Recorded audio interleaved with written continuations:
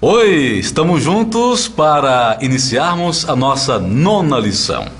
Vamos falar de 2 tipos de anjos. Que tema interessante, né? 2 tipos de anjos. Quais são esses anjos? As características que eles têm. O que eles fazem. Exatamente. Né? Então eu convido você, porque nós estamos começando este estudo, para que façamos sempre com oração. Vamos orar. Pai eterno, Pai de amor, Criador do universo, nos colocamos na Tua presença nesta hora e queremos mais uma vez clamar pela Tua presença conosco. Amém. Ajuda-nos, ó Deus, a entender esse tema tão importante sobre os anjos, para que possamos, Senhor, crescer no conhecimento do Senhor Jesus Cristo. Amém. É o que nós lhe pedimos, no nome poderoso do Teu Filho amado. Amém. Amém. Sempre depois que nós oramos, nós entendemos que Deus responde nossas orações, porque nós oramos em nome de Jesus. Com certeza. E agora vamos à nossa primeira pergunta para o nosso estudo bíblico. Todos os anjos foram criados por Deus? Salmos 148, versos 2 e 5 e 33, versículo 6. Louvai-o todos os seus anjos, louvai-o todos os seus exércitos, louvem o nome do Senhor, pois mandou e logo foram criados. Pela palavra do Senhor foram feitos os céus, e todo o exército deles pelo Espírito da sua boca. Ou seja, os anjos foram criados pela palavra de Deus. Que coisa fantástica. São criaturas de Deus. Pergunta número 2. O que são os anjos? Você já pensou nisso? O que são os anjos? Hebreus 1, 7 e 13 e Mateus 18, 10 responde para nós. Acompanhe na sua Bíblia. Ora, quanto aos anjos, diz: faz dos seus anjos espíritos e de seus ministros labareda de fogo. A qual dos anjos disse jamais: assenta-te à minha direita, até que ponha a teus inimigos por escabelo de teus pés?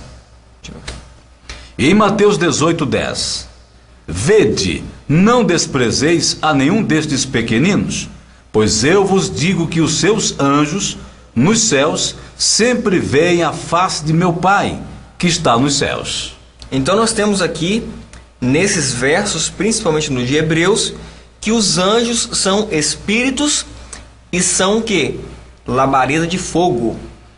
Vamos à pergunta 3. Eles trabalham em prol da nossa salvação? Hebreus capítulo 1, versículo 14. Diz assim: não são todos eles espíritos ministradores, enviados para servir a favor dos que hão de herdar a salvação? O que eles são, de fato? Eles são ministros, não é? São espíritos ministradores, eles trabalham em prol da nossa salvação. Com certeza, eles estão aqui ativos a todo momento, nos ajudando a trilhar o caminho da salvação. Agora, nesse momento, ele está aí com você, o seu anjo, ajudando a você a compreender aquilo que você decidiu estudar. Pergunta 4. Os anjos se casam e constituem família? Mateus 22, verso 30. Pois na ressurreição nem se casam, nem se dão em casamento, mas serão como os anjos de Deus no céu. Então, vemos aqui, assim, com muita clareza que os anjos não se casam, não se dão em casamento. Perguntaram a Jesus Cristo: olha, a mulher teve tantos maridos, e na ressurreição, quem será o marido dela?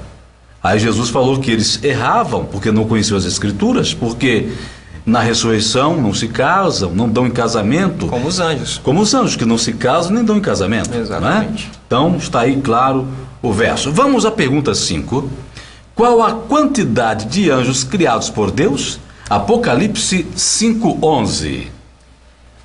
E olhei, e vi a voz de muitos anjos ao redor do trono, e dos seres viventes e dos anciãos, e o número deles era miríades de miríades, e o número deles era miríades de miríades e milhares de milhares. Incontáveis, não é, Wagner? Incontáveis. Miríades de miríades, milhares de milhares. São muitos anjos, muitos, muitos. Pergunta 6. Os anjos possuem corpo igual ao nosso? 1 Coríntios, capítulo 15, verso 44, e também Lucas, no capítulo 24, do verso 36 ao 41. Semeia-se corpo natural, ressuscitará corpo espiritual. Se há corpo natural, há também corpo espiritual. Enquanto ainda falavam nisso, o próprio Jesus se apresentou no meio deles e disse-lhes: paz seja convosco. Mas eles, espantados e atemorizados, pensavam que viam algum espírito. Ele, porém, lhes disse: por que estáis perturbados? E por que surgem dúvidas em vossos corações? Olhai as minhas mãos e os meus pés, que sou eu mesmo. Apalpai-me e vede, porque um espírito não tem carne nem ossos, como percebeis que eu tenho. E dizendo isso, mostrou-lhes as mãos e os pés. Não acreditando eles ainda por causa da alegria e estando admirados, perguntou-lhes Jesus: tendes aqui alguma coisa que comer? Então a pergunta foi se os anjos possuem um corpo igual ao seu e ao meu. Vemos claramente aqui que não. Existe o corpo natural, mas existe também o corpo espiritual. E nós já vimos que os anjos, Alegre, são espíritos. Exatamente. Então eles têm um corpo espiritual. Espiritual, né? Com certeza. Não um corpo de carne e osso como nós. Exatamente. Pergunta número 7. Que duas grandes classes de anjos existem? Apocalipse 12, versos 7 e 9. Então houve guerra no céu. Miguel e seus anjos batalhavam contra o dragão. E o dragão e os seus anjos batalhavam. E foi precipitado o grande dragão, a antiga serpente, que se chama o diabo e Satanás, que engana todo mundo. Foi precipitado na terra, e os seus anjos foram precipitados com ele. Então aqui está claro, nós vimos aqui duas classes de anjos lutando. Anjos de Deus, comandados por Miguel, e anjos de Satanás, comandados por Satanás. Exatamente, e eles que foram precipitados, expulsos para a terra. Pergunta número 8. Satanás e seus anjos se disfarçam e se transformam? 2 Coríntios, capítulo 11, verso 14 e 15. Leia comigo nas Escrituras. E não é de admirar, porquanto o próprio Satanás se disfarça em anjo de luz. Não é muito, pois, que também os seus ministros se disfarcem em ministros da justiça, o fim dos quais será conforme as suas obras. Vemos claramente, Alegre. A palavra de Deus aqui, amigo, foi muito clara.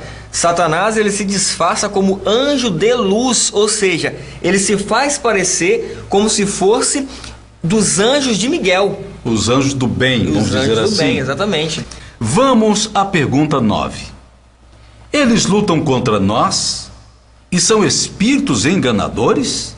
Efésios capítulo 6, versos 11 e 12 e 1 Timóteo capítulo 4, versículo 1. Não deixe de acompanhar na sua Bíblia.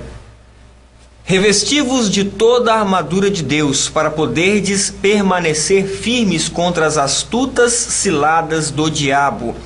Pois não é contra carne e sangue que temos que lutar, mas sim contra os principados, contra as potestades, contra os príncipes do mundo destas trevas, contra as hostes espirituais da maldade nas regiões celestes. Então, claro que sim, os anjos maus lutam contra nós. Sem dúvida alguma. 1 Timóteo 4:1, Chalegre, confirma isso.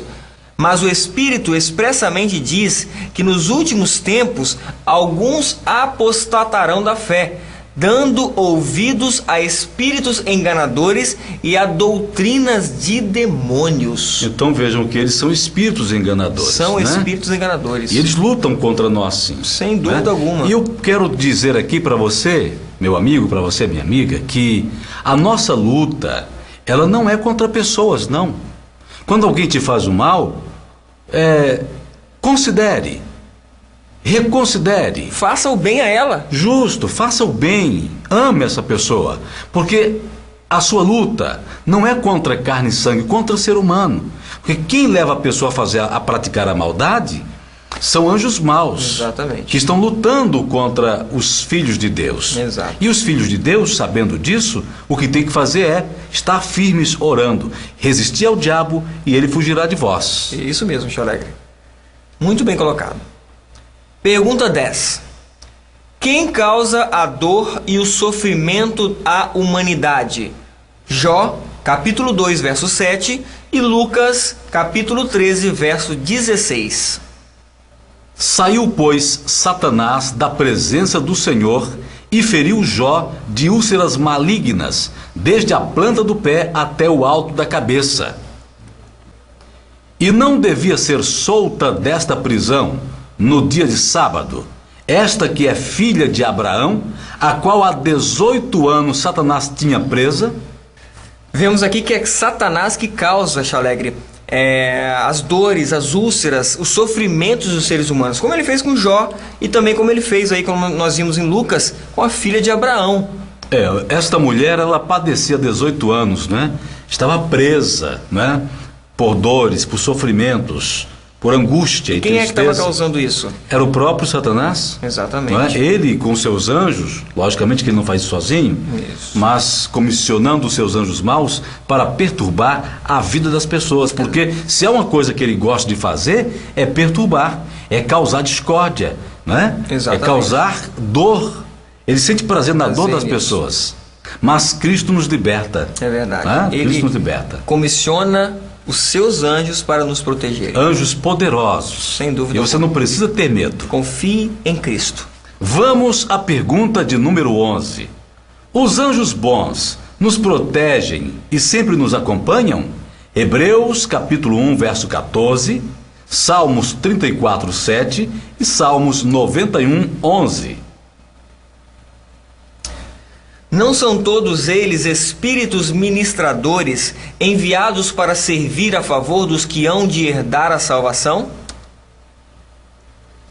O anjo do Senhor acampa-se ao redor dos que o temem e os livra, porque aos seus anjos dará ordem a teu respeito para te guardarem em todos os teus caminhos.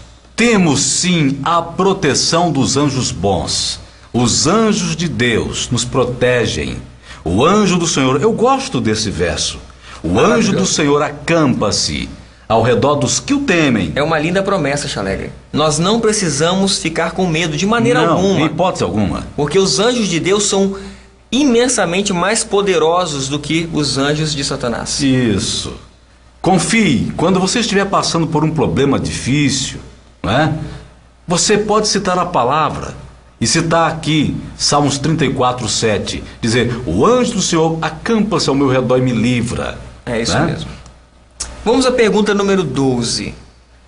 Eles registram nossos atos e são nossas testemunhas no juízo? Eclesiastes 5, verso 6 e Daniel, capítulo 7, verso 10.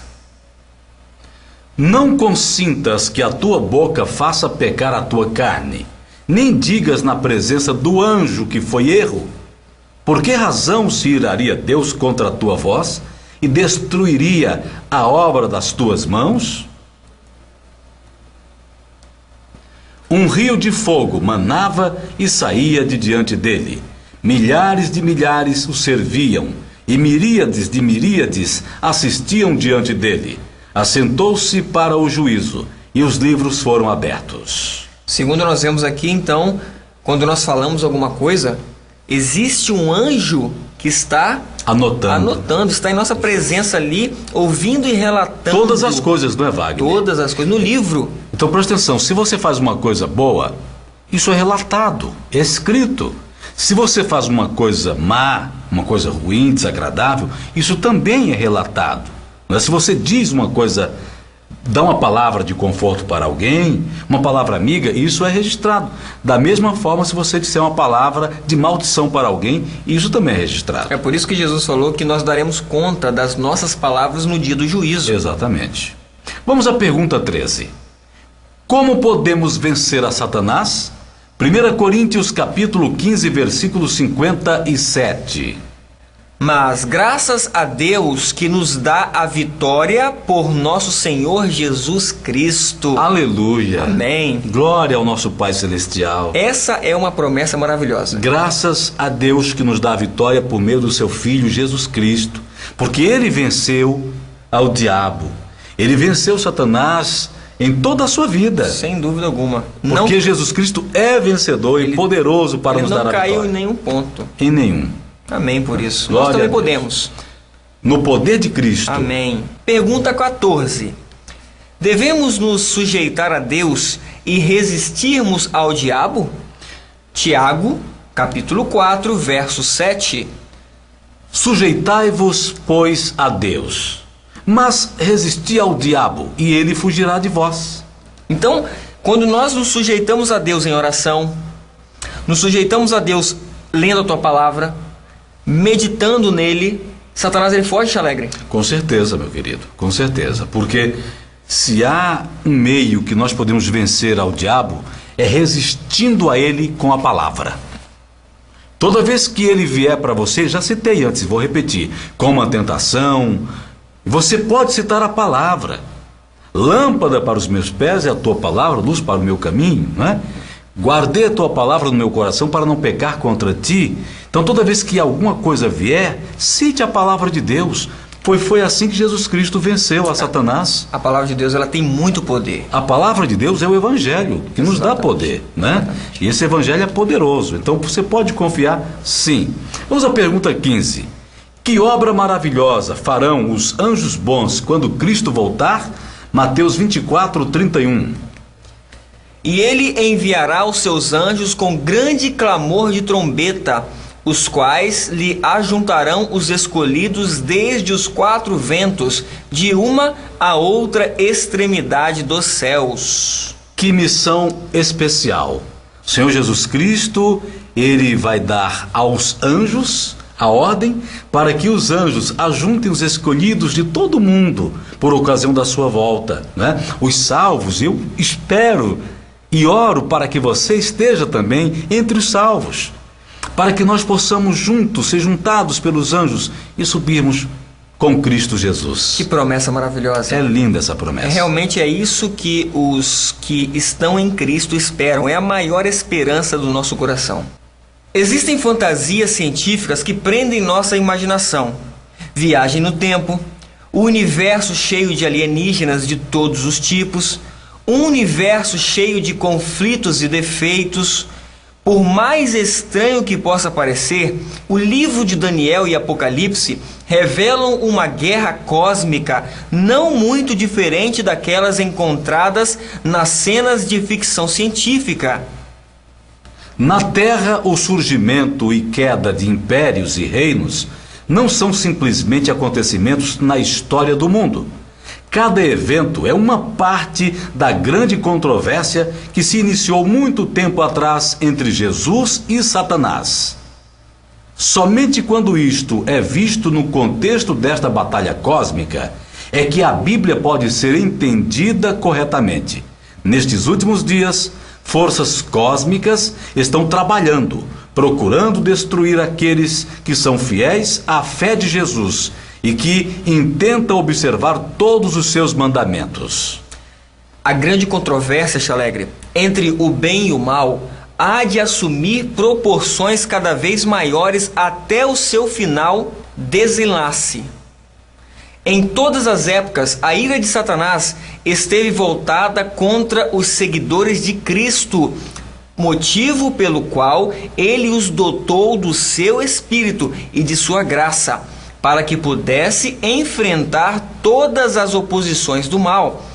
Ao receberem os apóstolos a incumbência de levar o Evangelho até os confins da terra e escrevê-lo para as gerações futuras, Deus lhes deu o poder do seu Santo Espírito. À medida, porém, que a igreja se aproxima da hora de sua libertação definitiva, Satanás há de agir com redobrada energia. ele desceu a vós e tem grande ira, sabendo que já tem pouco tempo. Apocalipse 12:12. Ele operará com todo o poder e sinais e prodígios de mentira. 2 Tessalonicenses capítulo 2, verso 9. Muito bem, para concluir, durante 6.000 anos, esse espírito superior, que ocupou outrora lugar preeminente entre os anjos de Deus, tem estado devotado a uma obra de destruição e engano. E toda a habilidade e astúcia satânicas adquiridas, toda a crueldade desenvolvida nessa luta de longos séculos, serão empregadas contra o povo de Deus no conflito final. É nesse tempo cheio de perigos que os seguidores de Cristo terão de anunciar ao mundo a mensagem do segundo advento de Cristo, a fim de preparar um povo imaculado e irrepreensível para a volta do Senhor, conforme 2 Pedro 3,14. Então, Chaleg, apesar de sabermos que existem hostes de anjos malignos, nós não precisamos ficar preocupados. Não, como já falei e vou tornar a falar, não há motivo para preocupação. Se você confia verdadeiramente em Cristo e coloca a sua fraqueza à disposição de Cristo para que Ele o torne forte, você vencerá. Mas só vencerá dessa forma, alicerçado nas Santas Escrituras, citando-a cada vez que a tentação aparece. Certamente, Cristo enviará anjos poderosos a estar ao seu redor. Ele cumpre a sua promessa. Não falha. E isso é maravilhoso. Vamos orar conosco? Ó Eterno, Criador dos céus e da terra, do mar e das fontes das águas, obrigado porque o Senhor criou anjos magníficos em poder, e esses anjos são ministros que estão nos auxiliando para que nós possamos compreender mais de Jesus e sermos salvos. Obrigado porque não nos deixa sós em meio às batalhas dos últimos dias. E mesmo que o inimigo voraz e atroz tente a nossa vida, tente nos destruir, o Senhor acampa-se ao nosso redor com seus anjos. Amém. Obrigado por tão grande amor. Agora fortalece e ampara e guarda a vida de todos que estudam conosco. Coloca teus anjos ao seu serviço, pois eu sei que já o fizeste e agradeço. Em nome de Jesus Cristo. Amém.